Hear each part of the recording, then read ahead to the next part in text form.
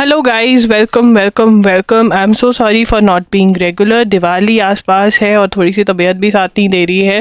दिवाली की वजह से कोई ना कोई आ जाता है या फिर कुछ काम करना पड़ता है।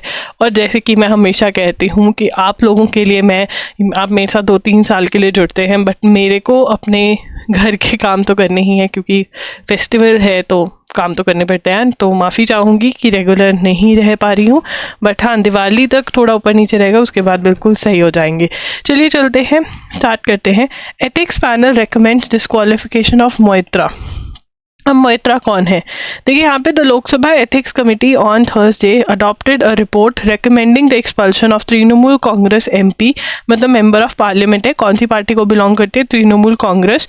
महुआ Moitra from the lower house, मतलब लोकसभा में से बाहर निकालने को बोल दिया। किसने? लोकसभा की एथिक्स कमिटी ने। ठीक है, क्यों? Cash for query. ठीक है, कुछ क्वेश्चंस कहा जा रहा है कि उन्होंने किसी बिजनेसमैन से पैसे लिए और जो है पार्लियामेंट में वो क्वेश्चंस उठाए जो कि उन लोगों ने कहा। और ये चीज करना जो कैश फॉर क्वेरी है वो एक ऑफेंस है, और इसके बदले में आप बाहर निकल सकते हैं, आपको लोकसभा से बाहर निकाला जाता है। तो 6 members including suspended Congress MP Praneet Kaur voted in favour of the report while 4 opposition MPs opposed it. कईयों ने जो रिपोर्ट आई कि इनको निकाल देना चाहिए, कईयों ने फेवर करा और कईयों ने अगेंस्ट किया। बहुत सारे पॉइंटर्स हैं यहाँ पर, तो हम यहाँ पर लिख लेते हैं। हाँ, चलिए। Lok Sabha Lok Sabha Lok Sabha ethics committee report on expulsion. Lok Sabha Ethics Committee adopted a report recommended in its report expulsion of Trinamool Congress MP Mahua Moitra. अब यार देखो, यहाँ पर टाइटल में से ही बहुत सारे क्वेश्चंस जो हैं वो निकल रहे हैं। वो क्या? कि लोकसभा की एथिक्स कमिटी ने बोला किसको? एमपी महुआ मोइत्रा को। कौन सी पार्टी को बिलोंग करती हैं? तृणमूल कांग्रेस को बिलोंग करती हैं। क्या लेकर आए? वो एक रिपोर्ट लेकर आए, उसके अंदर बोला कि निकाल देना चाहिए। अब क्यों निकाल देना चाहिए और कौन से हाउस में से हैं ये? From lower house. ठीक है ना, यहाँ पे लिखेंगे from lower house over cash for query allegation।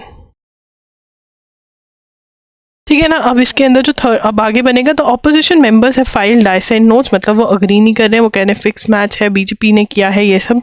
Saying the complaint filed by BJP MP Nishikant Dubey which the panel reviewed was not supported और by a shred of evidence, की कोई एविडेंस नहीं है। अब यहाँ पे हम लिख देते हैं complaint filed bye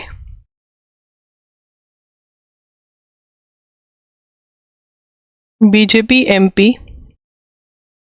Nishikant Dubey. ठीक है, the report will B now tabled before. अब यहाँ पे आगे नेक्स्ट स्टेप पे चले जाते हैं और 4th पॉइंट बनाएंगे इसको हम अपना। Report will be tabled before Lok Sabha. ठीक है, miss Moitra can be expelled only if, यहाँ पे लिखेंगे she can be expelled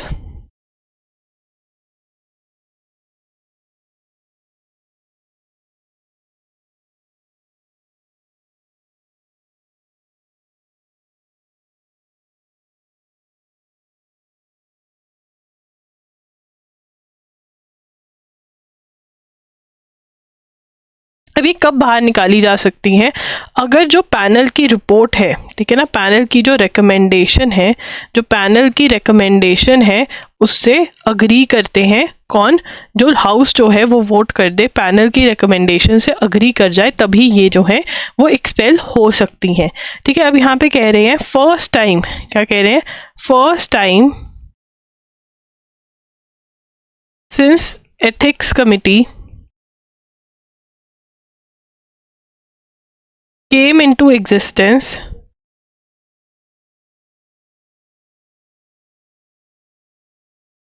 in the year 2000, the panel has recommended expulsion of a parliamentarian. क्या कहने की कोशिश कर रहे हैं? ये कहने की कोशिश कर रहे हैं कि भाई जब से ये कमेटी बनी है, तो यहाँ से क्वेश्चन सबसे पहले आ सकता है कि एथिक्स कमेटी कब बनी। ठीक है जी, जब से बनी है तब से पहली बार फर्स्ट टाइम एक्सपल्शन जो है वो रेकमेंड करी है, फर्स्ट टाइम रेकमेंड करा है कि किसी पार्लियामेंटेरियन को एक्सपेल करे इस कमेटी ने। अब ये जो कमेटी है इसको कौन हेड कर रहे थे?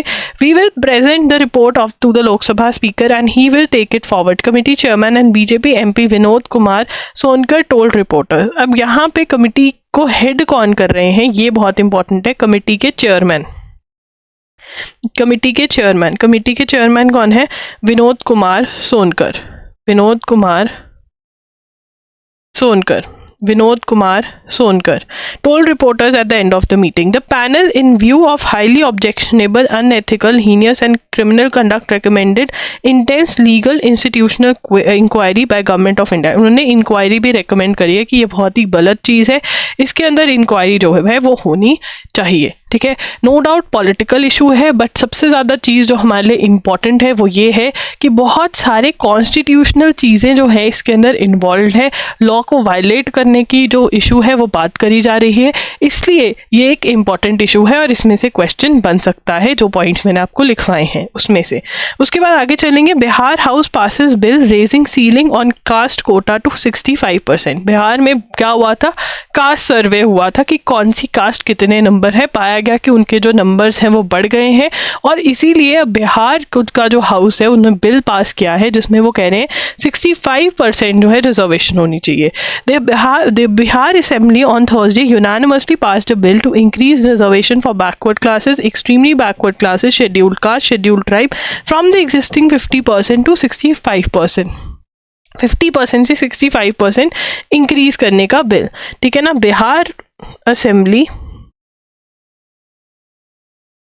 passes bill to increase quota from 50% to 65%। अब ये बहुत इंपॉर्टेंट है, कितना था पहले और कितने के लिए बात हो रही है। 65% के लिए 15%। ठीक है ना, together with 10% economically backward class quota the bill will push reservation Bihar to 75%। मतलब सुप्रीम कोर्ट कहते हैं 50% से पार नहीं होनी चाहिए, यहाँ पे कितनी पार होगी? 75%। ठीक है ना, with 10% economically backward classes, that is EWS quota, bill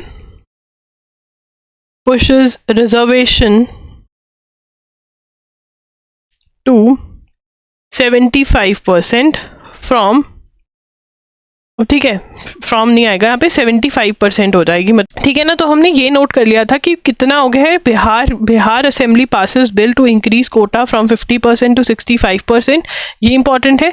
with 10% economically backward classes, जो कोटा है वहाँ पे 75% हो जाएगा और अदर्स के लिए 25% जो कोटा है वो रह जाएगा। ये बिहार के अंदर है क्योंकि यहाँ पर कास्ट सर्वे हुआ था और कास्ट सर्वे के बाद पता चला कि जो कास्ट डिफरेंट कास्ट हैं बिहार के अंदर उनकी पॉपुलेशन बढ़ गई है, तभी उन्होंने कहा कि रिजर्वेशन भी बढ़नी चाहिए। चलिए आगे चलते हैं। इसके बाद online gambling ban won't apply to poker rummy. High court, Madras high court ने ये जजमेंट दी है। मद्रास हाईकोर्ट लिखेंगे, Madras high court refuse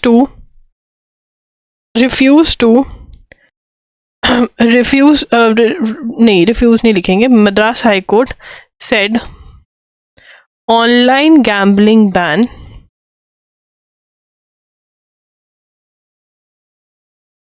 won't apply to poker rummy. तो यहाँ पर एक क्या आया, बिल आया है जिसका नाम है तमिलनाडु, ये लॉ बन गया है, बिल तो नहीं रहा, Tamil Nadu prohibition of online gaming, gambling, and regulation of online games act 2022। ठीक है ना। अब ये ऑनलाइन गेमिंग जो है वो बाय चांस वाली गेम्स हैं जिसमें जिसको सट्टा लगाना भी कहा जाता है, वो बैन करते हैं। ठीक है ना। तो इन्होंने क्या कहा, Madras high court said, Madras high court held prohibition would apply only to games of chance and not to games of skill such as rummy and poker। ठीक है ना। मतलब आप जो ऑनलाइन गेमिंग पे बैन लगा रहे हो इसके अंदर, ठीक है, जो गेम्स ऑफ स्किल है उसके अंदर नहीं बैन लगा सकते, गेम्स ऑफ चांस के अंदर आप बैन लगा सकते हो। और रम्मी और पोकर जो है वो गेम्स ऑफ स्किल है, ना कि गेम्स ऑफ चांस है। ये मद्रास हाईकोर्ट ने किसके बिल के किसको मद्देनजर रखते हुए बोला है, Tamil Nadu prohibition and online gambling and regulation of online games act 2022 को देखते हुए बोला है। ठीक है। The state government had miserably fail to demonstrate how rummy and poker, यहाँ पे वो कहते हैं कि कोर्ट कहती है कि ये लोग प्रूव नहीं कर पाए कि जो रम्मी और पोकर है वो गेम ऑफ स्किल ना होकर के गेम ऑफ चांस है, कि इतना पैसा लगाओगे इतना मिल जाए या फिर सबका सब डूब जाए, ऐसा कोई गेम ये है, ये प्रूव नहीं कर पाए। तो हमें पता होना चाहिए मद्रास हाईकोर्ट ने क्या कहा है कि पोकर और रम्मी जो है उन पे ऑनलाइन गैम्बलिंग को नहीं बोल सकते और उस पर बैन नहीं लगा सकते, ये मद्रास हाईकोर्ट ने बोला है। तमिलनाडु ने ऑनलाइन गैम्बलिंग पे बिल्कुल प्रोहिबिशन बैन लगा दिया है, बट रम्मी और पोकर को क्या कह दिया है मद्रास हाईकोर्ट ने कि इन पे बैन नहीं लग सकता। ठीक है जी। The games of rummy and poker, which are considered games of skill, are now sought to be played online. In online games, the same brain activity would be involved as required for offline games. The bench held that the definition of online gambling under Section 2I of the Act should be restricted to games of chance. ठीक है ना। तो यहाँ पर इन्होंने हमने लिख लिया है games of chance and not to games of skill। मतलब ये क्या कह रहे हैं कि रम्मी और पोकर गेम ऑफ स्किल है, इसके अंदर एक आपको स्किल रिक्वायर्ड होती है अगर आप ये गेम खेलना चाहते हैं। ठीक है जी। मद्रास हाईकोर्ट, मैंने मद्रास की स्पेलिंग गलत लिखी है क्या, ये एस है, आर लग रहा था। चलिए आगे चलेंगे। Nagaland not for 33% Kota for women in urban local bodies. Urban local bodies कौन सी होती है, म्युनिसिपल कमिटीज, म्युनिसिपल काउंसिल्स, जो सिटी के अंदर लोकल लेवल के अंदर गवर्नमेंट फॉर्म होती है, ठीक है, उसके अंदर। तो यहाँ पे लिखेंगे the Nagaland assembly on Thursday unanimously passed a bill seeking to reserve 33% of seats in urban local bodies for women, resolving a contentious issue and paving the way for municipal elections in the state after 2 decades। 20 साल के बाद नागालैंड के अंदर urban local bodies के election होंगे। ये बहुत ही ज़्यादा इम्पॉर्टेंट है। चलिए आइए लिखते हैं। Nagaland assembly passed a bill seeking to reserve 33% of seats in urban local bodies for women। ठीक है। This will pave the way for municipal elections in state after 20 years। यहाँ पे लास्ट इलेक्शंस की हमको डेट दे हुए polls were held in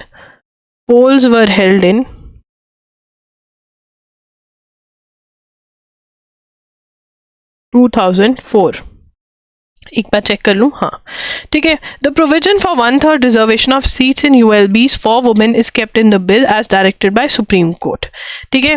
it was 1/3 reservation for women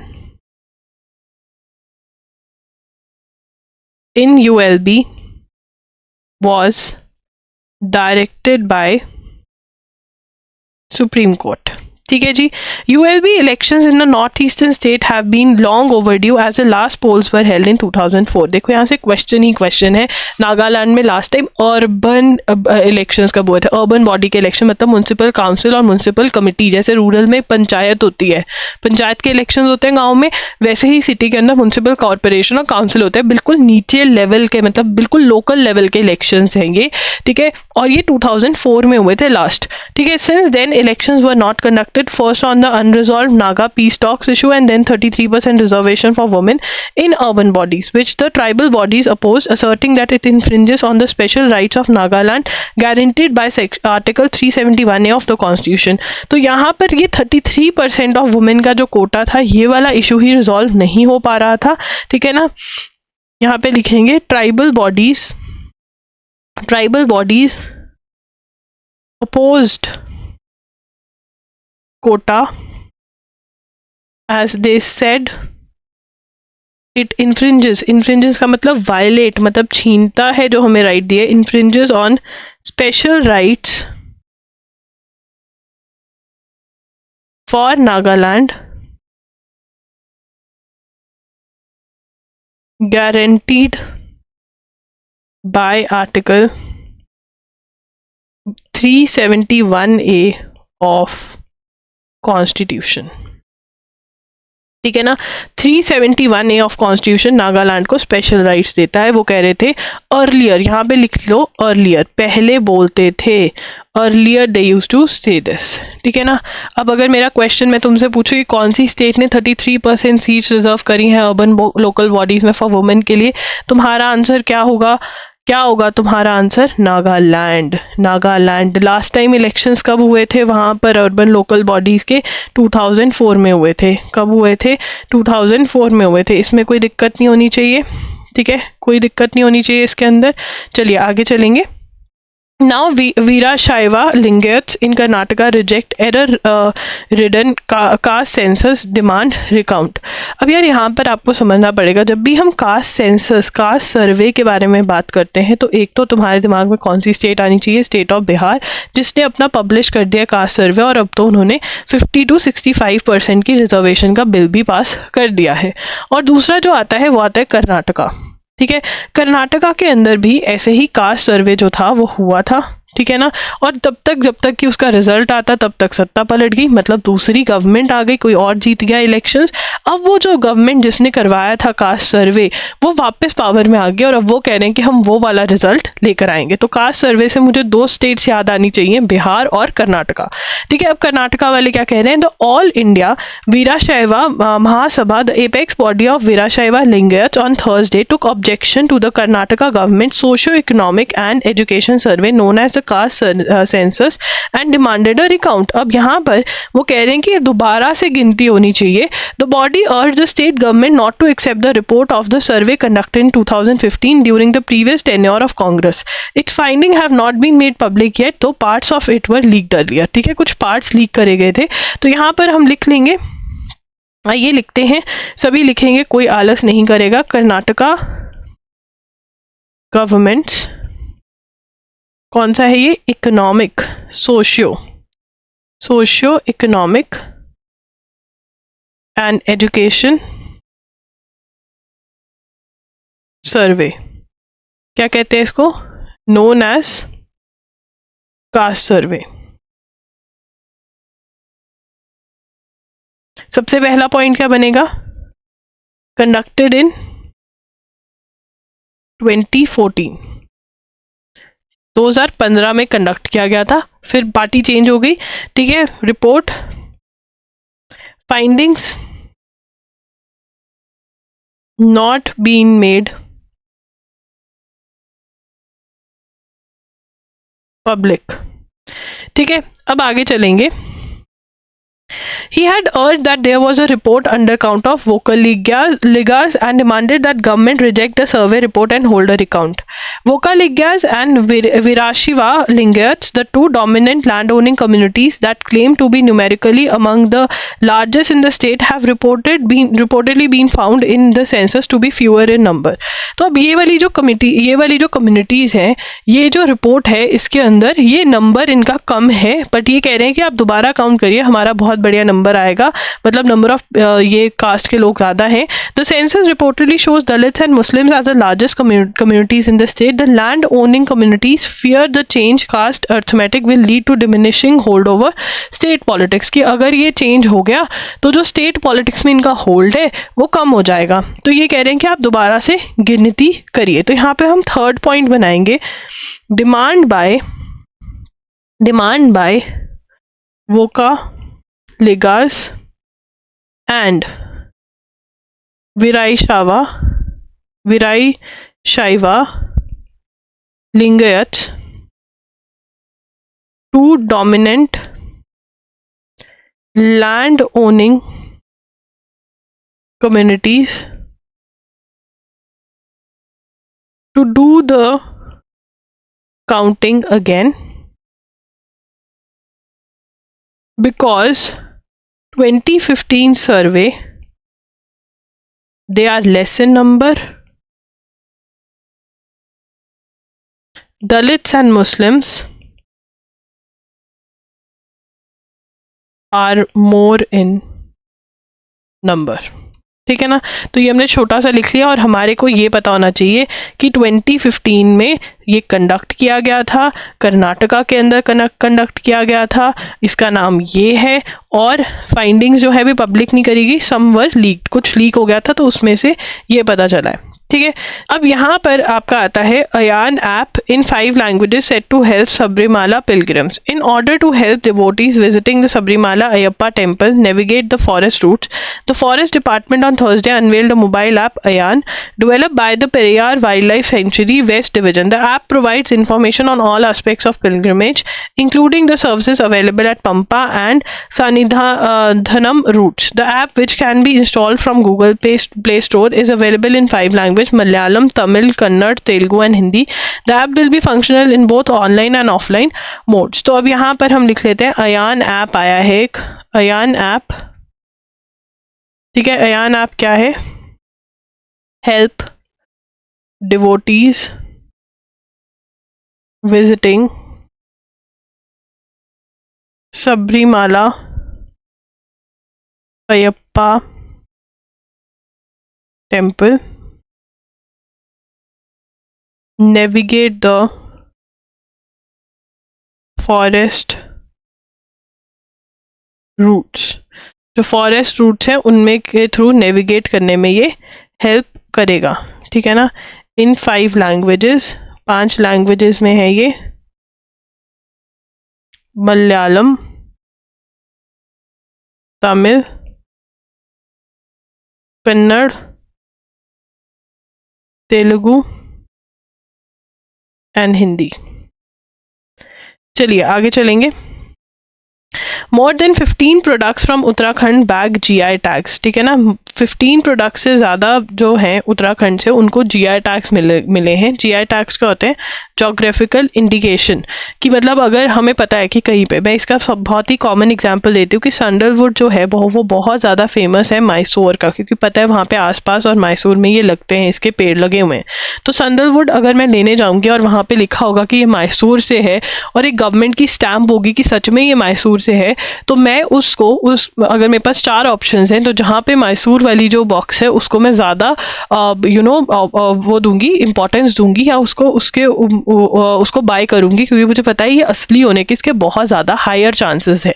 ठीक है ना. तो क्योंकि GI है, तो ऐसे ही जोग्राफिकल इंडिकेशन अगर किसी को मिल जाए, इंडिकेशन रजिस्ट्री GI टैग अगर दे किसी जगह की किसी चीज़ को, तो बहुत अच्छा हो जाता है. अब उत्तराखंड के ये पहले हम लिख लेंगे, more than 15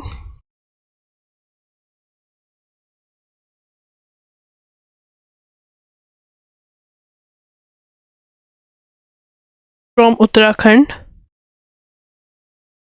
bag GI tags.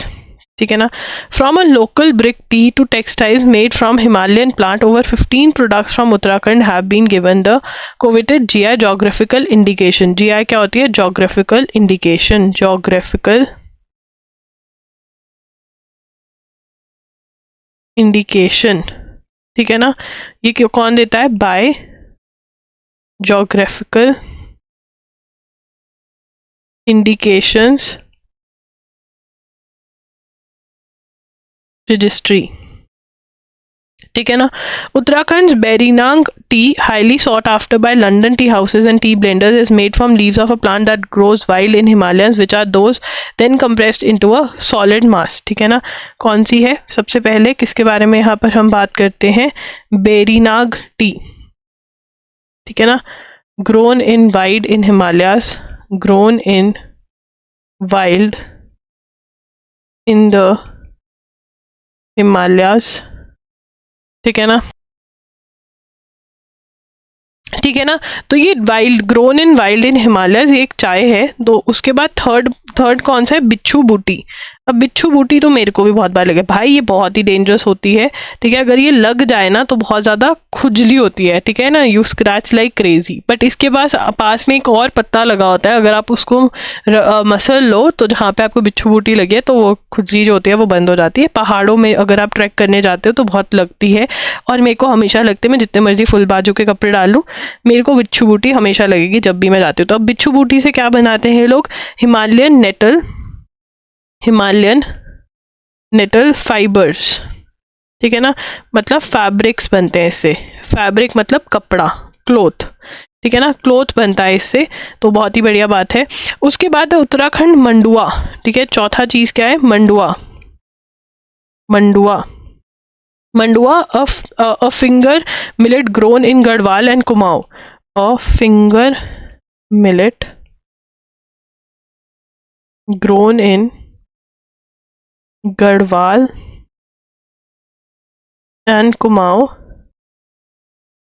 Staple diet, ठीक है, मतलब बहुत खाया जाता है वहां पर।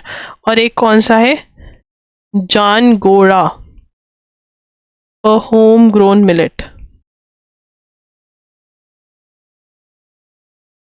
अब यहाँ से मेरा क्वेश्चन क्या बन सकता है? सबसे पहला क्वेश्चन मेरा ये बन सकता है कि उत्तराखंड को कितने नंबर है 15 प्लस प्रोडक्ट्स को जो है वो जीआई टैग मिला है। पहला ये क्वेश्चन हो सकता है। दूसरा क्वेश्चन मेरा हो सकता है कौन देता है? जोग्राफिकल इंडिकेशन रजिस्ट्री देती है ये टैग। किस किस चीज़ को मिला है ये? बेरीनाग टी, बिच्छू बूटी, मंडुआ, जंगोरा। बेरीनाग टी तो पता चली गया कि चाय है। बिच्छू बूटी से कपड़ा बनता है। मंडुआ जो है वो एक मिलेट है, और जंगोरा भी एक होम ग्रोन मिलेट है। तो इसमें से क्वेश्चन आपका ऐसे बन सकता है। क्या हमें वो 15 के 15 याद करने की जरूरत है? बिल्कुल भी नहीं, ठीक है ना। अगर वो न्यूज़पेपर में आ जाते हैं कभी, तब हम देखेंगे कि कैसे करना है, बट अभी नहीं। The Indian economy has grown at a impressive rate in the post Covid, मतलब कोविड-19 के बाद जो इंडियन की इकोनॉमी है वो बहुत अच्छे रेट पे ग्रो करी है 2023 में, year over year at 7.2%, the fastest among major economies. In FY 2024 the international monetary fund projects India's year over year growth at 6.3%। तो यहाँ पर हम सबसे पहले जिन जिन बच्चों का पेपर अभी दिसंबर जनवरी तक है, प्लीज ये नोट कर लीजिए, ठीक है। FY 2024 the international monetary fund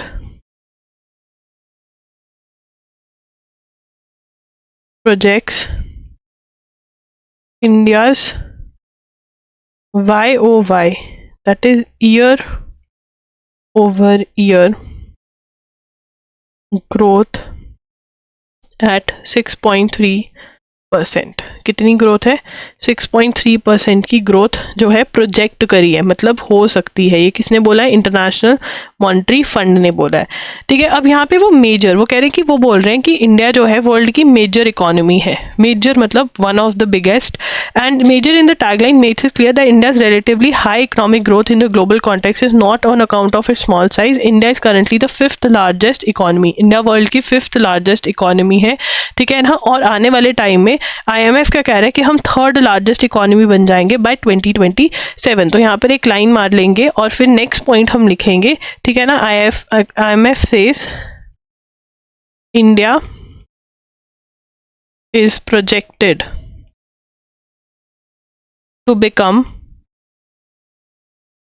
third largest economy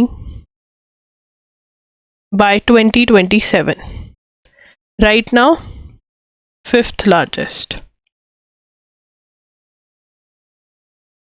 ठीक है, उसके बाद नेक्स्ट चीज पर चलेंगे यहाँ से। गवर्नमेंट मेजर्स सिंस 2014, क्या इंपॉर्टेंट मेजर्स गवर्नमेंट ने लिए हैं कि हम आज तक हम इस चीज पर पहुंचे। Insolvency and bankruptcy code IBC introduced in 2015 has successfully addressed delinquency and lowered the non performing assets. तो यहाँ पर सबसे पहले हम हेडिंग में लिख लेंगे पहला पॉइंट, और पहले पॉइंट में हम क्या लिखेंगे, इंसॉल्वेंसी एंड बैंक्रप्सी कोड। ठीक है, ये कब हुआ, इंट्रोड्यूस्ड इन 2015। क्या किया इसने, decline and lowered non performing assets in banking sector. Now what is a non performing asset.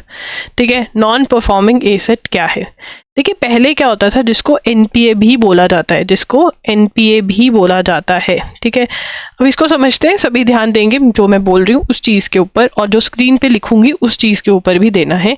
Non performing asset क्या होता है। ठीक है, बैंक से हम लोन लेते हैं। ठीक है, मान लीजिए एग्जाम्पल, बैंक से मैंने ₹100 का लोन लिया और मैंने 100 के बदले कुछ ज्वेलरी जो है दे दी, ज्वेलरी दे दी। ठीक है ना, इसको क्या बोलेंगे, कोलेट्रल। कोलेट्रल, ठीक है ना, कि जो मैंने गिरवी रखा, ये मेरा कोलेट्रल हो गया, ये अमाउंट हो गया जो मैंने बैंक से लिया। ठीक है ना, और अब मेरा प्रीमियम सेट हो गया है कि मुझे कुछ रुपए देने पड़ेंगे मंथली, जिसके अंदर मैं प्रिंसिपल अमाउंट भी पे करूंगी। ठीक है ना, और कुछ मैं इंटरेस्ट भी पे करूंगी। मान लो 100 रुपीज़ देकर बैंक मुझे कह रहा है कि तुमको 135 रुपीज़ जो है वो हमें वापस करने हैं, जिसमें 35 इंटरेस्ट हो गया और 100 प्रिंसिपल अमाउंट। प्रिंसिपल अमाउंट मतलब कितना मैंने लिया उनसे। तो मेरी इन्होंने 6 रुपए की 6 रुपीज़ पर मंथ की मंथली प्रीमियम सेट कर दी, मैं दे रही हूँ। अब बीच में मैंने वो मिस कर दिया, या कई लोग तो पहले से ही नहीं देते हैं। ठीक है, अब क्या होगा कि क्योंकि मैं नहीं दे रही हूँ, मान लो मैंने ₹6 जो है वो मेरी जो बना हिसाब किताब वो 2-3 साल का बन गया, मैंने 1 ईयर पे किया और उसके बाद नहीं पे किया, या फिर नॉट पेड एट ऑल, मैंने कभी पे ही नहीं किया, या फिर कभी भी बंद कर दिया मैंने। तो बैंक क्या करेगा, बैंक जो है, जो ये ज्वेलरी मैंने दी है, ये बेच करके अपने पैसे निकलवा लेगा, है ना। और जो बाकी क्या है, अगर नहीं पूरा निकलता तो केस भी करेगा। बट पहले क्या होता था, ये चीज़ जितनी कहने में आसान है कि अगर कोई आपके पैसे, बैंक के पैसे नहीं वापस करता था तो हम कहते थे ये बेच कर ले लो, वो होती नहीं थी, क्योंकि बहुत ज़्यादा कॉमन था कि यहाँ पे ज्वेलरी की जगह प्रॉपर्टी गिरवी रखी होती थी, और वो प्रॉपर्टी की बोली लगवाना, उसको बेच करके बैंक पैसे ले सके, ऐसा होता ही नहीं था। तो क्या होता था, प्रॉपर्टी भी बच जाती थी लोगों की, और लोग पैसे भी वापस नहीं देते थे बैंक के, और इसकी वजह से इकोनॉमी पे बहुत ज़्यादा प्रेशर पड़ता था, क्योंकि बैंक को बंद नहीं होने दे सकते, गवर्नमेंट को हेल्प करनी पड़ती थी, ऐसा बहुत कुछ होता था। फिर आया हमारा अपना इंसॉल्वेंसी एंड बैंक्रप्सी कोड, जिसने अंदर बहुत क्लियर कर दिया, बैंक को पावर दे दी कि अगर आपका कोई पैसा नहीं पे करता है तो आपको विदिन इतने डेज नोटिस देने हैं। अगर नोटिस के बाद भी वो नहीं पैसा दे सकते तो आप ये एक्शन लेंगे, आप ये एक्शन लेंगे। और जो ये घर बेचने वाला सीन है या ज्वेलरी बेचने वाला सीन है, ये बहुत ही आसान कर दिया, जिसकी वजह से जो पैसे नहीं वापस करता है, अब या तो उसको पता है कि देने पड़ेंगे, नहीं तो जो चीज़ मैंने जिसके पेपर सबमिट किए हैं वो ये लोग बेच देंगे, और या फिर अगर नहीं देता है तो बैंक का मतलब नुकसान नहीं होता, या तो उसको पैसे मिलने लग जाते हैं या फिर वो चीज़ बेच करके अपने पैसे जो है वो निकाल लेता है। ठीक है, तो ये चीज़ जो है ये करी इसने। उसके बाद जो नेक्स्ट चलेंगे हम, द डिमोनेटाइजेशन ड्राइव। अब यहाँ पर जो है डिमोनेटाइजेशन ड्राइव, जो कि बहुत लोग क्रिटिसाइज करते हैं, ऑदर ने नहीं करी है, ये लोग क्या कह रहे हैं, अब यहाँ से हमारा क्वेश्चन निकल सकता है, डिमोनेटाइजेशन ड्राइव हुई कब। डिमोनेटाइजेशन ड्राइव तो डीमोनेटाइजेशन ड्राइव जो आपकी है वो है 2016 की, ठीक है। इसने क्या रिड्यूस किया, reduced black money. Black money मतलब नकली मनी भी कह सकते हैं आप, और जो लोग मतलब पैसा दिखाते नहीं थे, मतलब छुपा करके रखा हुआ था, इलीगल तरीकों से छुपा करके रखा हुआ था, या मतलब जिसपे टैक्स ना पे करना पड़े, ठीक है ना, उसको रखा हुआ था, वो पैसे को भी कम किया किसने, डीमोनेटाइजेशन ड्राइव में, जो कि 2016 में हुई, ठीक है। उसके बाद आगे और कौन सा स्टेप लिया गया, अब नीति आयोग की एक रिपोर्ट आई थी, ये बहुत ज़्यादा इंपॉर्टेंट है कि मल्टी डायमेंशनल पॉवर्टी में बिल्कुल बेसिक एसेंशियल्स देखे जाते हैं कि हेल्थ, फूड, एजुकेशन ये मिल रहा है या नहीं, और ये कह रहे हैं नीति आयोग वाले कि मल्टी डायमेंशनल पॉवर्टी जो है वो इंडिया में कम हुई है। मैं दोबारा बोल रही हूँ, मल्टी डायमेंशनल पॉवर्टी कम हुई है इंडिया में, और ये किसने बोला है, नीति आयोग ने बोला है, ठीक है। तो यहाँ पर हम लिखेंगे अ रिपोर्ट बाय, ये भी लाइन मार्क करके लिखेंगे क्योंकि अलग ही है ये, a report by NITI Aayog says decline in the prevalence of multi-dimensional poverty in India। अब इसके अंदर वो कह रहे हैं कि 13.5 crore Indians estimated to have escaped multi-dimensional poverty between 2015-16 and 2019-2021, ठीक है ना। तो ये डाटा जो है ये कह रहा है with rural areas having largely driving the decline in head count, rural areas में पॉवर्टी जो है वो सबसे कम हुई है। तो ये जो है यहाँ से क्वेश्चन क्या बन सकता है, किसने कहा, कितने लोग निकले, ये बहुत ही इंपॉर्टेंट है, यहाँ से क्वेश्चन निकलना ही निकलना चाहिए, इंपॉर्टेंट मार्क कर लो इसको, इंपॉर्टेंट मार्क कर लो इसको। चलिए आगे चलेंगे, chip of the block, as funds for production linked incentives PLI for manufacturing semiconductors lie under utilised by upwards of 80%। अब देखिए प्रोडक्शन लिंक्ड इंसेंटिव्स क्या है और सेमीकंडक्टर्स को इतनी इंपॉर्टेंस क्यों दी जाती है।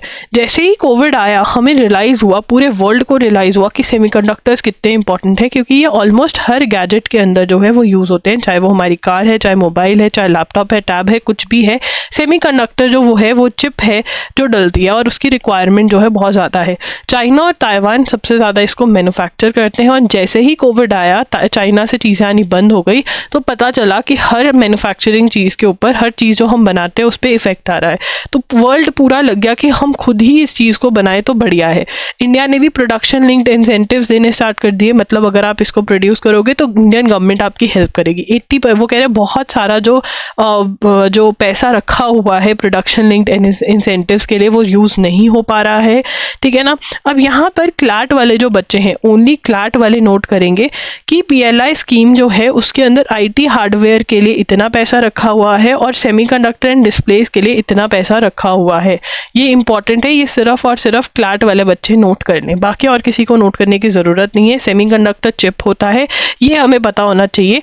Only in an unseeing world would be the judiciary need to set the, अब यहाँ पे ये बात कर रहे हैं कि मेंस्ट्रुअल मतलब जो लड़कियों को पीरियड्स आते हैं और उसके अंदर पैड्स यूज करे जाते हैं, उसके अंदर सुप्रीम कोर्ट ने, ये रेपिटेशन है, हम पहले भी इसके बारे में बात कर चुके हैं, सुप्रीम कोर्ट ने क्या बोला है कि डिस्ट्रीब्यूशन ऑफ सैनिटरी नैपकिन्स के लिए गवर्नमेंट को बोला है कि आप अपनी पॉलिसी बनाइए, और उसके लिए 4 वीक्स का टाइम दिया है ये पॉलिसी बनाने के लिए, ठीक है ना।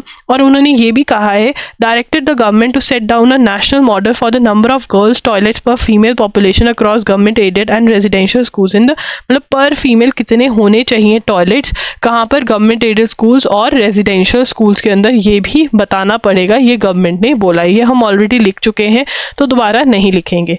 चलिए आगे चलते हैं। अब यहाँ पे बात करेंगे एक बहुत ही फेमस केस जो 2006 में हुआ था, जिसके अंदर कि एक्विटल हो गया है, मतलब प्रूव नहीं हो पाया कि जो सुरेंद्र कोहली और मनिंदर सिंह है उन्होंने ये ऑफेंस कमिट किया है। तो ये स्टार्ट कैसा हुआ, 2006 में एक नाले के पास जो होता है वहाँ पर बोन्स मिले, bones of, it is true that bones of 19 children and women were found in थारी नोएडा इन 2006। ठीक है ना, 19 चिल्ड्रन और वुमेन के बोन्स मिले थे, कुछ वाटर बॉडीज से मिले पास में, जो उनके घर की वाटर बॉडीज थे इन दोनों के, एंड कुछ इनके घर के पीछे से मिले। बट ये प्रूव नहीं हो पाया कि इसमें ये लोग इन्वॉल्व थे तो बट क्यों नहीं प्रूव हो पाया, क्योंकि जो हमारी इन्वेस्टिगेशन एजेंसी है, चाहे वो पुलिस हो या कोई और हो, उन्होंने जो डाटा इन्वेस्टिगेशन करी उसके अंदर बहुत चीज़ें जो थी वो मिस कर दी। One of the things that they missed was कि पास में ही एक डॉक्टर रहता था जो कि ऑर्गन, ठीक है ना, ऑर्गन ट्रांसप्लांट करता था, और उसके ऊपर भी बहुत सारे केसेस चल रहे थे ऑर्गन ट्रांसप्लांट के लिए। ये कभी भी ये कनेक्शन नहीं बनाया गया, क्या पता जो ऑर्गन ट्रांसप्लांट है, अगर हड्डियां मिल रही हैं और बाकी सारे बॉडी पार्ट्स नहीं मिल रहे हैं, टॉर्सो जो था मतलब upper part of the body जो था वो कहीं से भी नहीं मिला, कुछ ही पार्ट्स मिले, मतलब बोन्स वगैरह ही मिली, इसका मतलब ये भी तो हो सकता है कि जो ऑर्गन ट्रांसप्लांट वाला डॉक्टर है वो इनसे ऑर्गन्स ले रहा हो लोगों के और ट्रांसप्लांट कर रहा हो, और ये लोग हड्डियां वगैरह साइड लाइन कर रहे हो। बट ये कभी भी ये वाली जो इन्वेस्टिगेशन है नहीं करी गई, एंड अल्टीमेटली सुप्रीम कोर्ट से इनको एक्विटल मिल गया। एक्विटल मतलब प्रूव हुआ कि दे आर नॉट गिल्टी। ठीक है, अब इसमें आगे स्टोरी पढ़ेंगे। On the one hand is the scale of loss of families of the victims. Order कह रही है कि एक साइड पे लॉस ऑफ फैमिलीज, 19 लोग जो हैं इस चीज में मरे, 19 घर जो थे वो इफेक्ट हुए, और लाइफ टाइम उनके दिल में एक डर बैठ गया, और जो लॉस हुआ वो अलग, राइट। तो उसके बाद अब यहाँ पे presumption of innocence, supreme court ने एक्विटल कर दिया, मतलब कहा कि ये प्रूव नहीं हो पा रहा है इस केस के अंदर कि इन्होंने कुछ किया है, क्योंकि इन्वेस्टिगेशन एजेंसी ने ढंग से इन्वेस्टिगेशन नहीं करी। क्योंकि हमारा जो लॉ है वो ये प्रिज्यूम करता है जब तक प्रूव ना हो जाए कि एक इंसान ने ऑफेंस कमिट किया है वो इनोसेंट ही रहता है, मतलब वो इनोसेंट ही रहेगा, चाहे लग रहा है कि हाँ ए ने बी का मर्डर किया है, बट ए कोर्ट इसको इनोसेंस ही कंसिडर करेगी जब तक पूरे अच्छे से प्रूव नहीं हो जाता कि ए इनोसेंट नहीं है, ए गिल्टी है, तभी कन्विक्शन होगी। अगर ऐसा लगेगा कि नहीं डाउट है कुछ भी, तो वो जो डाउट है वो किसके, अगर डाउट का अगर नहीं प्रूव हो पा रहा है क्लियरली, कुछ डाउट है कि यार लग नहीं रहा कि इसने किया है, तो वो डाउट का फायदा ए को मिलेगा जो कि मर्डरर है। ठीक है, अब यहाँ पे बता रहे हैं कि ये जो सैड स्टोरी है ये 2006 में स्टार्ट हुई, जब नाले के पास जो कि कोठी के घर के जो ये निठारी है इसके घर के पास था, वहां पे बोन्स मिली। ठीक है, अब यहाँ पे जो कोहली है, जो ये बंदा था, इसने कन्फेस किया किसके आगे, मजिस्ट्रेट के आगे। आफ्टर ऑलमोस्ट 60 डेज ये कस्टडी सीबीआई के पास ये केस चला गया था, उसने कन्फेस किया, कन्फेशन में बोला कि हाँ मैंने ये सब कुछ किया है, और उसने ये भी बताया था कि मुझे ट्यूटर और टॉर्चर किया गया, मतलब सीबीआई ने मुझे बहुत मारा और मुझे ये स्टोरी जो है रटाई गई है। इसकी कन्विक्शन होती गई, मतलब ट्रायल कोर्ट में और ये सब, बट सुप्रीम कोर्ट के आपके पास आते आते एक्विटल हो गया। अगेन रीजन बीइंग कि इन्वेस्टिगेशन ढंग से नहीं की गई है। चलिए आगे चलते हैं। Agartala Akhaura rail link. Agartala Akhaura rail link के बारे में हम बहुत बार पढ़ चुके हैं और इसके बहुत सारे रीजंस हैं, तो आइए लिख लेते हैं Agartala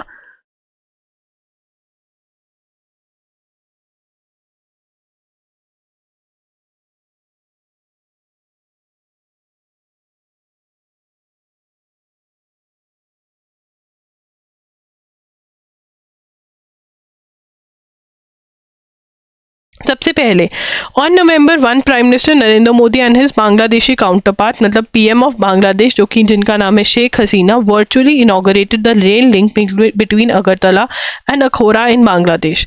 It serves to re-establish connectivity between Bangladesh and India's north east through Tripura.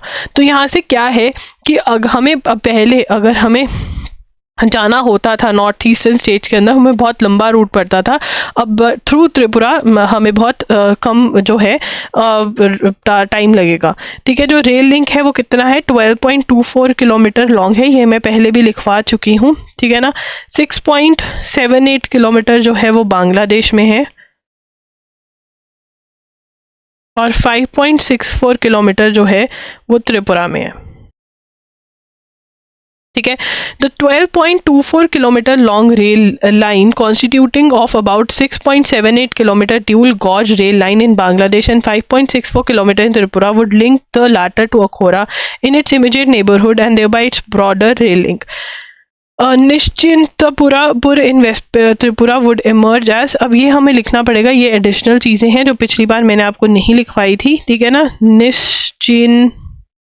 निश्चिंतपुरा पुर in West Tripura would serve as the international immigration station, ठीक है ना। उसके बाद डिक्लेयर्ड, उसके बाद central board of indirect taxes and customs, that is CBIC, declared Nischintpura Pur as land customs station, that is LCS. It referred to any notified place meant for the clearance of goods imported or to be exported by land or inward water, ठीक है ना। तो यहाँ पर ये मतलब यहाँ पे चेकिंग वगैरह होगी, लैंड कस्टम स्टेशन भी बना दिया इसको, ठीक है, और इमिग्रेशन पॉइंट भी बना दिया। और ये ट्रैवल टाइम कितना रिड्यूस करेगा, reduce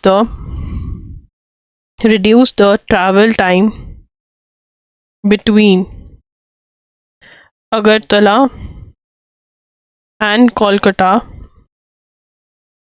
from about 31 hours at present to 10 hours, ठीक है ना। कितना कर देगा, 31 आवर्स से ये सीधा 10 आवर्स कर देगा ट्रैवल टाइम, ठीक है जी। उसके बाद आगे चलेंगे। In June, NFR had anticipated the project would be completed at the cost of this much. ये क्लैट वाले नोट कर लेंगे कि प्रोजेक्ट की कॉस्ट क्या है, ठीक है ना। Project cost ₹862.58 on Indian side. Ministry of Development of Northeast region provided funds,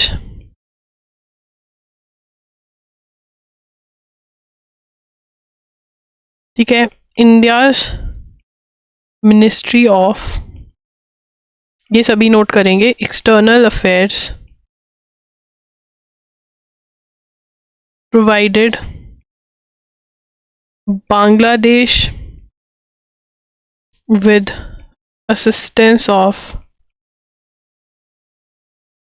₹392.52 crore for work on their side। मतलब पैसे चाहे मम्मी से ले लो चाहे पापा से ले लो, पैसे तो घर से ही गए हमारे ही लगे पैसे तो। द मेमोरेंडम ऑफ अंडरस्टैंडिंग, अब यहाँ पे बैकग्राउंड के बारे में बात किया जा रहा है, इसके बारे में तो लिख लेते हैं बैकग्राउंड। सबसे पहला पॉइंट, मेमोरेंडम ऑफ अंडरस्टैंडिंग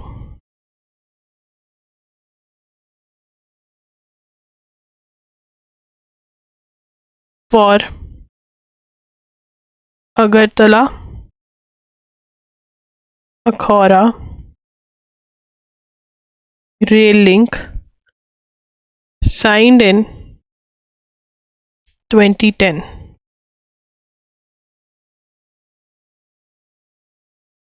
ठीक है। suggested back in 1974, ठीक है जी। चलिए, as for people Kolkata Dhaka Maitree express already चल रही है हमारी, 3 पैसेंजर ट्रेन चल रही है, ठीक है। 3 पैसेंजर ट्रेन जो हैं वो ऑलरेडी चल रही हैं, कोलकाता ढाका मैत्री एक्सप्रेस, ठीक है। कोलकाता खुलना बंधन एक्सप्रेस और एक new Jalpaiguri Dhaka Mitali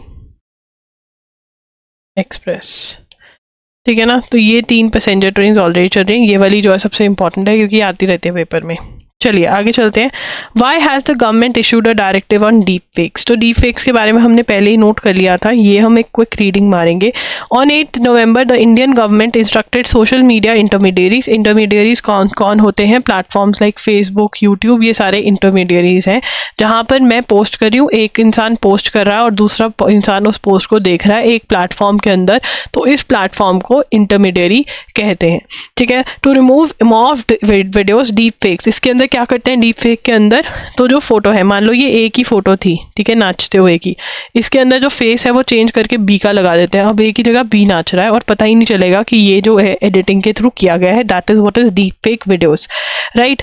morphed videos और deep fake from the platforms within 24 hours. अब यहाँ पे गवर्नमेंट क्या कहती है कि जो ऐसी वीडियोस हैं जो आइडेंटिफाई हो जाए कि वो ऐसी हैं, वो इंटरमीडियरीज मतलब फेसबुक, यूट्यूब, इंस्टाग्राम को रिमूव करनी पड़ेंगी with in 24 hours in accordance with a requirement outlined in IT Rules 2021. The instructions came as deepfake videos of actors Rashmika Madana and Katrina Kaif surfaced online within the span of 1 week. तो इसके अंदर हम ये वाला point दो हमने note किए हुए हैं चीज़ें, बट कुछ चीज़ें मुझे लग रहा है हमने नोट नहीं करे हुए। अब इसके अंदर अकॉर्डिंग टू लिखेंगे, according to IT rules 2021, deepfakes need to be removed within 24 hours of complaint. ठीक है ना, 24 आवर्स ऑफ कंप्लेंट के विद इन डीप फेक्स जो हैं वो रिमूव होनी चाहिए। ठीक है, अब यहाँ पे क्या डीप फेक्स क्या है? Deep fakes have been around since 2017 and refer to videos, audios और images creating using a form of artificial intelligence called deep learning. ठीक है, the term became popular when Reddit contributor use publicly available AI driven software to impose the face of celebrity on to the bodies of people in pornographic videos. Pornographic movies में ये use किया गया। Fast forward to 2023, deepfakes tech with the help of AI tools allows semi and unskilled individuals। मतलब यहाँ पर क्या था, अभी तक जो स्किल्ड थे, जिन लोगों को कुछ आता था वही कर सकते थे, बट अब जो अनस्किल्ड हैं वो भी ये इमेजेस को चेंज कर सकते हैं। द टेक्नोलॉजी इन्वॉल्व्स मॉडिफाइंग और creating images and videos using a machine learning technique called generative adversarial network. अब यहाँ पे एक और सेकेंड पॉइंट मैं यहाँ पर आपका नोट करवाना चाहूंगी।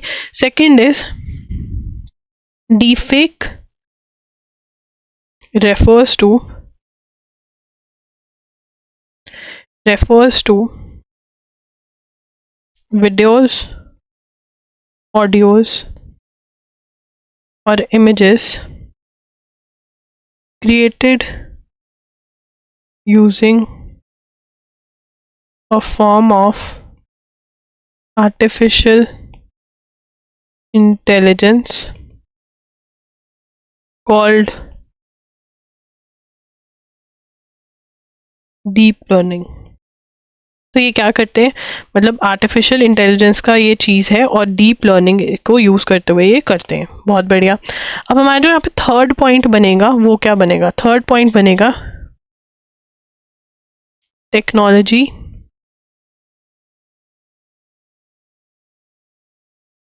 involves modifying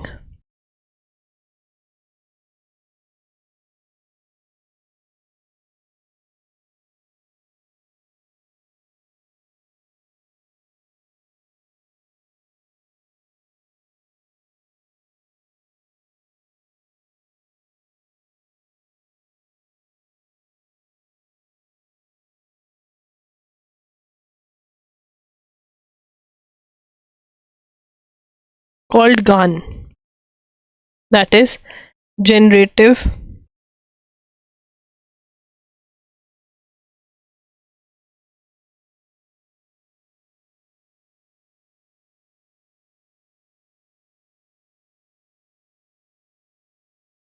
ठीक है ना।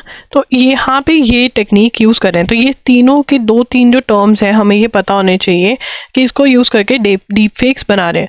To ensure that deep fake created is a closer to real as possible, created use a large database of source. This why more deep fakes videos are created of public figures, celebrities and politicians.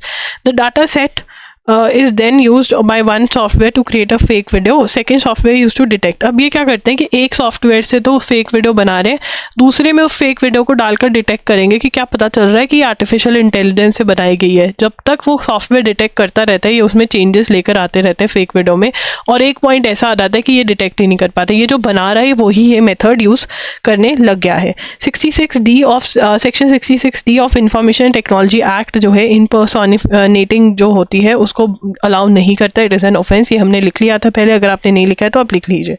यहाँ पे ये वाला point क्या है, ठीक है। हाँ, US के अंदर ये भी लिख लेते हैं। यूएस हैज ऑल्सो इंट्रोड्यूस्ड, ये लिखेंगे, यूएस हैज इंट्रोड्यूस्ड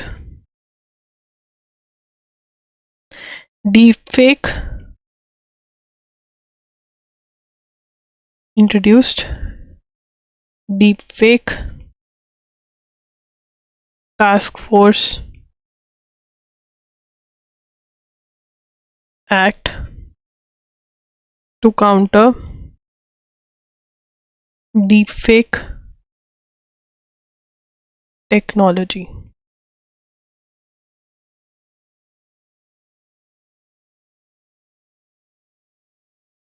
ठीक है, चलिए आगे चलते हैं। India files appeal against death penalty. Qatar के अंदर जो 8 हमारे फॉर्मर नेवी के पर्सनल्स हैं जिनको डेथ सेंटेंस हो गई है, उनके अगेंस्ट अपील फाइल करी। अपील का मतलब क्या होता है? अपील का मतलब होता है डिसीजन को चैलेंज करना। अपील का मतलब होता है to challenge the decision. Appeal का मतलब क्या है? To challenge the decision of पहली कोर्ट का डिसीजन जो है उसको चैलेंज करने को अपील बोलते हैं कि भाई ये सही नहीं, इसमें ये दिक्कत है। ठीक है। नीड टू एक्सपीडिएट मतलब स्पीड करना पड़ेगा, स्पीड अप करना पड़ेगा। एक्सपीडिएट का मतलब स्पीड अप करना पड़ेगा। In cases against MPs MLAs. MPs कौन होते हैं? Member of parliament, member of legislative assemblies. जो केसेस चल रहे हैं इनके अगेंस्ट वो स्पीड अप करने पड़ेंगे। The Supreme Court on Thursday gave chief justice of high court the responsibility to form a special bench each in their high court to maintain a constant vigil, मतलब आए रखें, निगाहट में रखें। ठीक है। An act of staying awake specially at night in order to be with the person who is very ill, या फिर नजर रखना। ठीक है। विजिल का मतलब क्या है? नजर रखना। Over the criminal trials of MPs and MLA, some of them accused of crimes punishable with death और life imprisonment, and ensure they reach the finish line. अब देखिए बहुत पहले टाइम से ना ये एक कॉन्सेप्ट चला आ रहा है। क्या करते हैं कोई भी जो क्रिमिनल होता है, ठीक है, मर्डर करा होता है, ये सब करा होता है, कि अगर एमपी एमएलए बन जाएंगे तो कोई उनको पकड़ेगा नहीं। ठीक है। तो ये लोग एमपी एमएलए बन जाते हैं तो ट्रायल आगे नहीं चलता है। तो यहाँ पर सुप्रीम कोर्ट ने इनको पकड़ लिया। तो हम लिखेंगे supreme court gave chief justice of high courts the responsibility to form a special bench each in their high court to maintain constant eye over criminal trials of MPs and MLAs. तो MPs और MLAs के जो criminal trial चल रहे हैं, मतलब जो छोटी नीचे वाली कोर्ट जो है वो इन्वेस्टिगेशन के बाद जो है सुन रही है कि क्या है, कैसे प्रूव हो रहा है, क्या है, उसके अंदर स्पेशल बेंच बनाने पड़ेंगे हर हाई कोर्ट को। ये सुप्रीम कोर्ट ने कहा है। This is very very important. उसके बाद these cases have a direct bearing. ठीक है ना। अब डेमोक्रेसी है, जो ऑफेंस करके एमपी एमएलए बन रहा है वो सही नहीं है। ठीक है। तो इसके लिए ये जो है एक्शन लिया गया है। उसके बाद Aadhaar authentication continues to face glitches. तो यहाँ पर ओटीपी सेंड करते हैं तो वो ओटीपी नहीं आ रहा था और बहुत देर तक 54 आवर्स तक इंटरप्टेड रहा। 54 आवर्स बहुत ज़्यादा देर तक, जब भी जाओ कहते हैं जी सिस्टम डाउन है। तो इस चीज़ पे बातचीत हुई। SC attains full strength. Full strength मतलब 34 जजेस की स्ट्रेंथ है, ये लिख लीजिए, ये इंपॉर्टेंट है। 34 जजेस की स्ट्रेंथ है सुप्रीम कोर्ट की। मतलब फुल स्ट्रेंथ हो गई है, बट 80,000 केसेस पहुंचना चाहिए। National judicial data grid dashboard threatens to hit a high of 80,000 cases in next 24 hours. ठीक है ना। पेंडेंसी कितने केसेस पेंडिंग है, ठीक है ना, पेंडेंसी पता चल रही है। तो यहाँ से लिखेंगे सुप्रीम कोर्ट सैंक्शनड कैपेसिटी 3 और 4 34। ठीक है। और यहाँ पर नेशनल जुडिशियल डाटा ग्रिड जो है NJDG जो है वो बता रही है 80,000 पेंडिंग केसेस, जो कि बहुत होते हैं सुप्रीम कोर्ट के हिसाब से।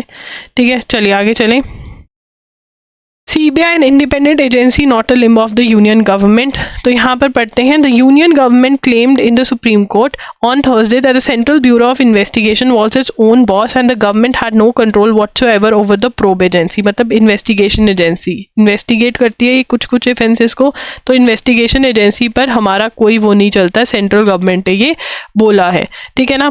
अब यहाँ पे the centrals argument before a bench of so and so was based on a suit filed by West Bengal. The state alleged the central agency was investigating several cases and registering FIRs in the state without taking prior consent from the West Bengal government। अब waste Bengal की क्या allegation है, देखिए CBI के अंदर या तो आपने जनरल अप्रूवल दी हो, स्टेट ने अगर जनरल अप्रूवल दी हुई है तो CBI जाकर वहां पे डायरेक्ट केस कर सकते हैं। बट अगर जनरल अप्रूवल नहीं दी हुई है, बहुत सारी स्टेट्स ने जनरल अप्रूवल विड्रॉ कर रखी है, तो आपको स्पेसिफिक केसेस के लिए स्टेट से अप्रूवल लेने पड़ेंगे। तो यहाँ पे वेस्ट बंगाल कह रही है कि ये बिना हमारी सुने हमसे अप्रूवल लिए केसेस कर रहे हैं, FIRs कर रहे हैं स्टेट के अंदर।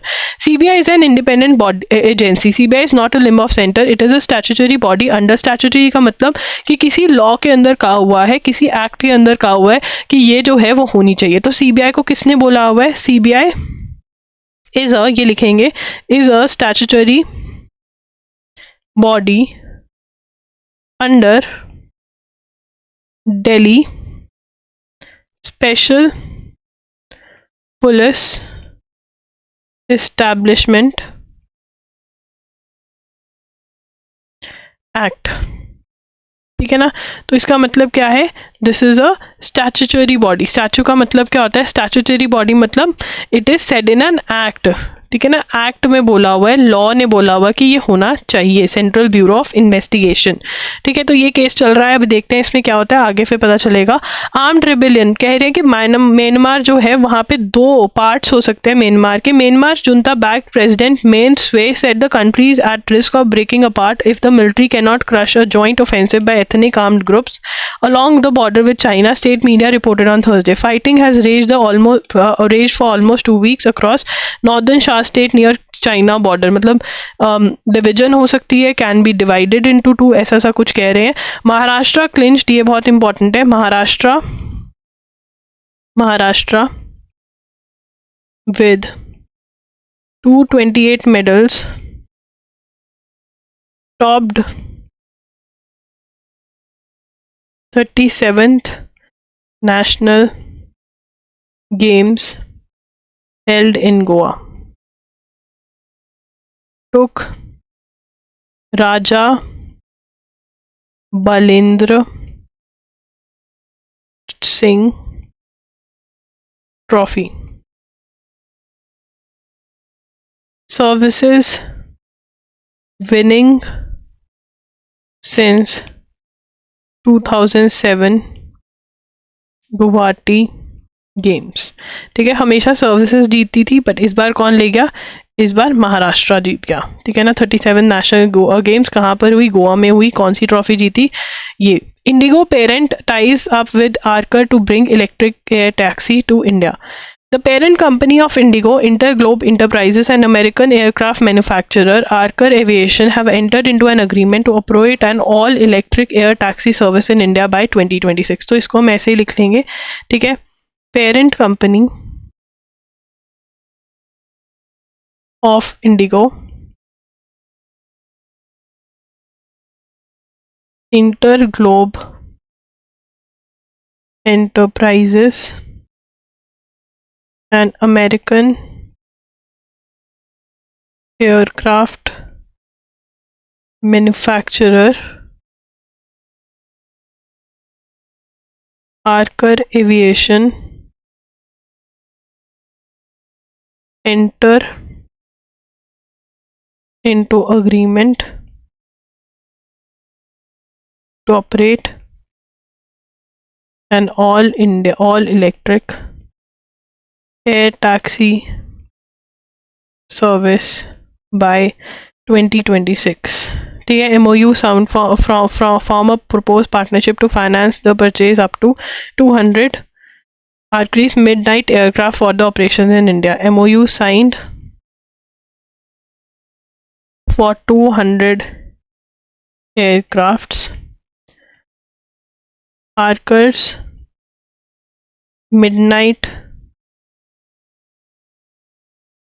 aircraft is a piloted 4-passenger electric vertical takeoff and landing aircraft designed to fly up to 1000 miles. ठीक है, तो ये है इंडिगो ने इलेक्ट्रिक, मतलब इलेक्ट्रिक वो होगा जो फ्यूल ये यूज़ करेगा, तो वो उसके अग्रीमेंट किया है। loggery.in पर जा सकते हैं। जो लेक्चर्स हैं आपके अक्टूबर और सितंबर के, वो बहुत ही जल्द आने वाले हैं। I am working on it. अब तो मेरी वॉइस भी ठीक हो गई है। तो go on to loggery.in for mocks, for daily newspaper का जो नोट्स है उसके लिए, और लेक्चर्स के लिए, करंट अफेयर्स मंथली लेक्चर्स के लिए। That's it. Loggery signing off, sorry, Edugery signing off. I'll see you soon, super soon. Bye and take care.